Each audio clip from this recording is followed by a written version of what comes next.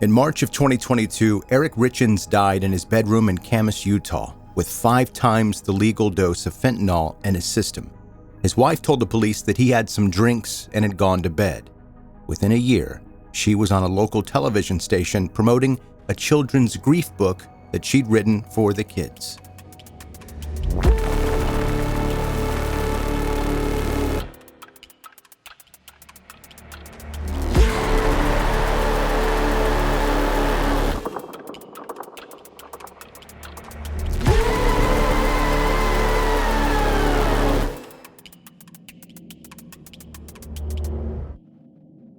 Let's start this story off in March of 2023, about a year after Eric Richins died in his home in Kamas, Utah.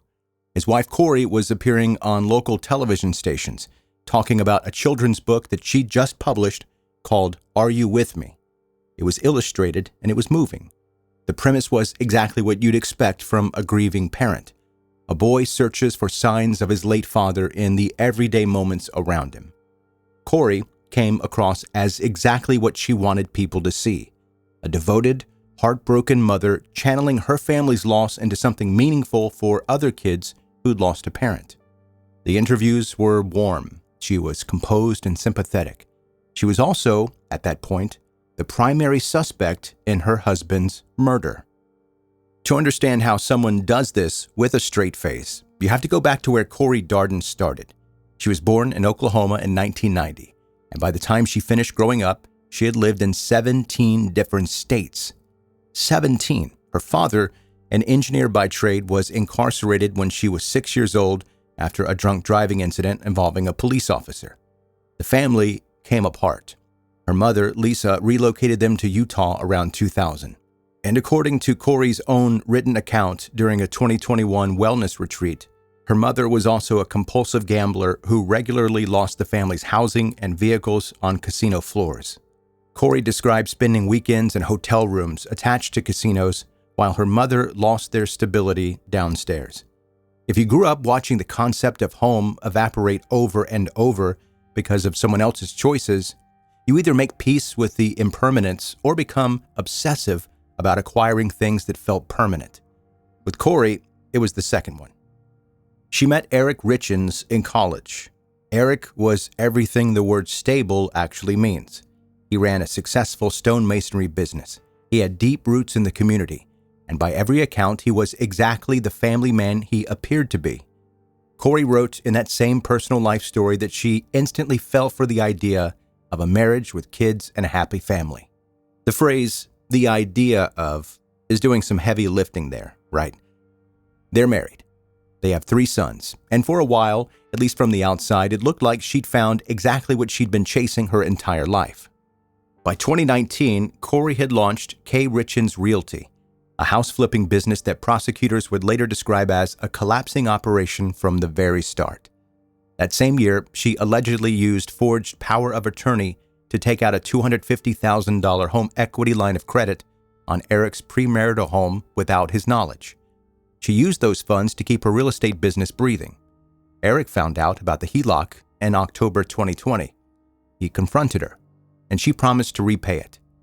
The loan was still unpaid when he died. The next 2 years were a financial catastrophe moving in slow motion. In 2021 alone, Kouri purchased 15 properties totaling over $6.7 million. She owed about $7.5 million across various lenders and needed around $80,000 per month just to stay current. She was covering those gaps with high-interest payday loans that doubled in rate upon default, paying 4 separate lenders $2,100 each per day. In December 2021, her accounts recorded 77 overdraft transactions in a single month. 77 overdraft transactions, generating $2,000 in bank fees that she also did not have. She was also pulling directly from Eric that year, charging $30,000 on his credit cards and withdrawing $100,000 from his bank accounts. Then, on the very day Eric died, she closed on a $2.9 million property in Midway, Utah, that required an additional $3 million in renovations that she had no funding for. In a note to a potential investor, she admitted the project was, quote, out of my league, but felt the margins were too good to pass up. She'd figure it out. According to prosecutors, Eric Richins was the solution she landed on. Meanwhile, Eric had quietly started protecting himself. He consulted divorce attorneys in 2020. In November of that year, he created a living trust, naming his sister as trustee to protect his estate for his sons. What that meant, legally, was that if Eric died, Kouri would receive nothing.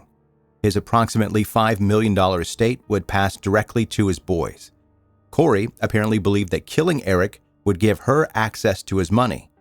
What she either didn't know or chose to ignore was that Eric's trust had already made his death financially worthless to her. The state says its first alleged attempt on his life came Valentine's Day 2022. Prosecutors say Kouri put fentanyl in a sandwich. Eric survived, broke out in hives, hit himself with an EpiPen, and he blacked out.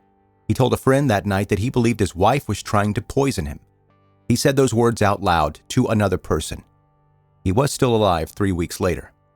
Kouri sourced the fentanyl through Carmen Lauber, her housekeeper, contacting her 4 separate times.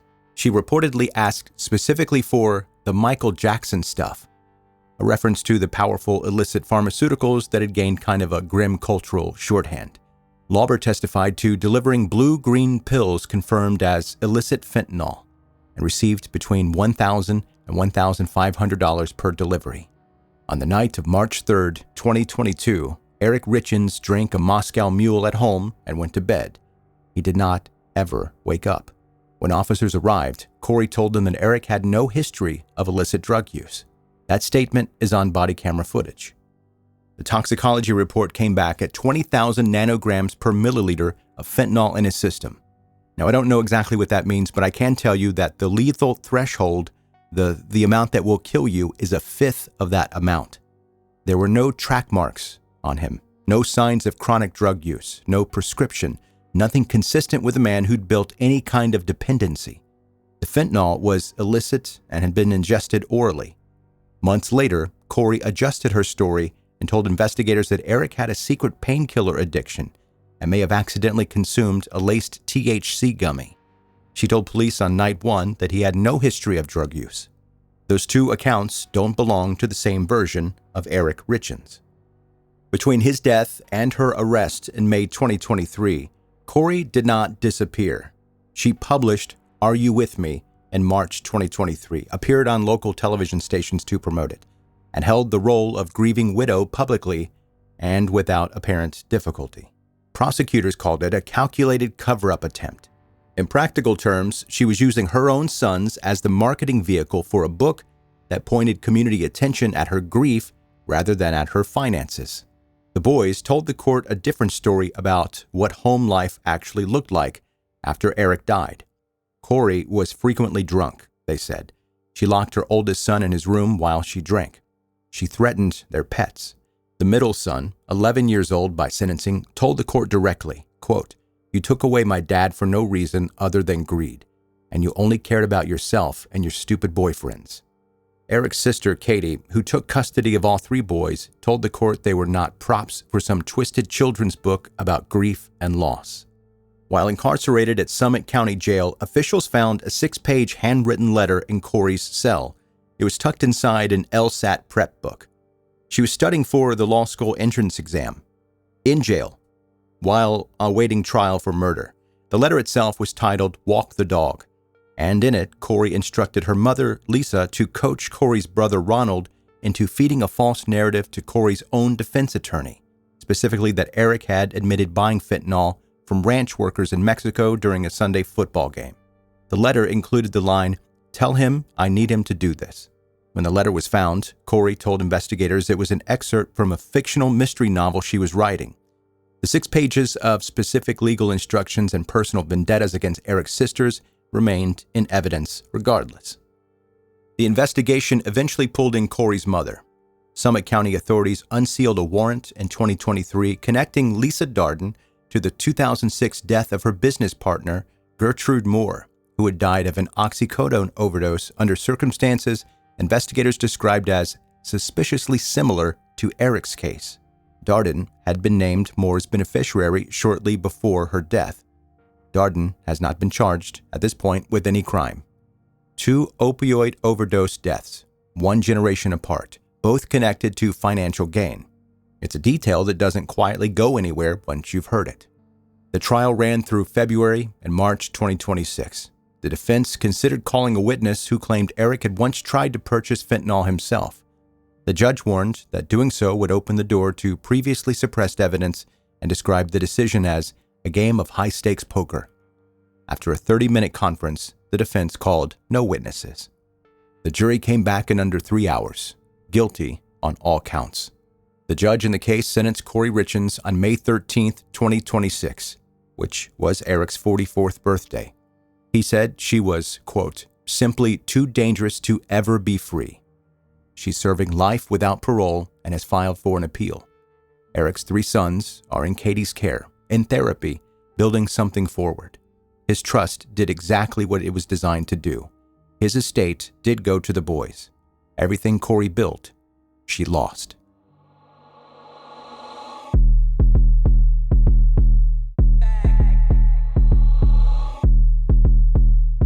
Thanks for listening to 10-Minute Murder, bingeable true crime stories. I'm Joe, I'm the host, and here's an email. Subject, easy recommendation to people. Hey Joe, your show is one of the easiest podcasts for me to recommend because I already know the person won't need to commit to 3-hour episodes. I've probably gotten at least 4 coworkers listening at this point. Question though, if you could instantly master one hobby without putting in the years to learn it, what would it be?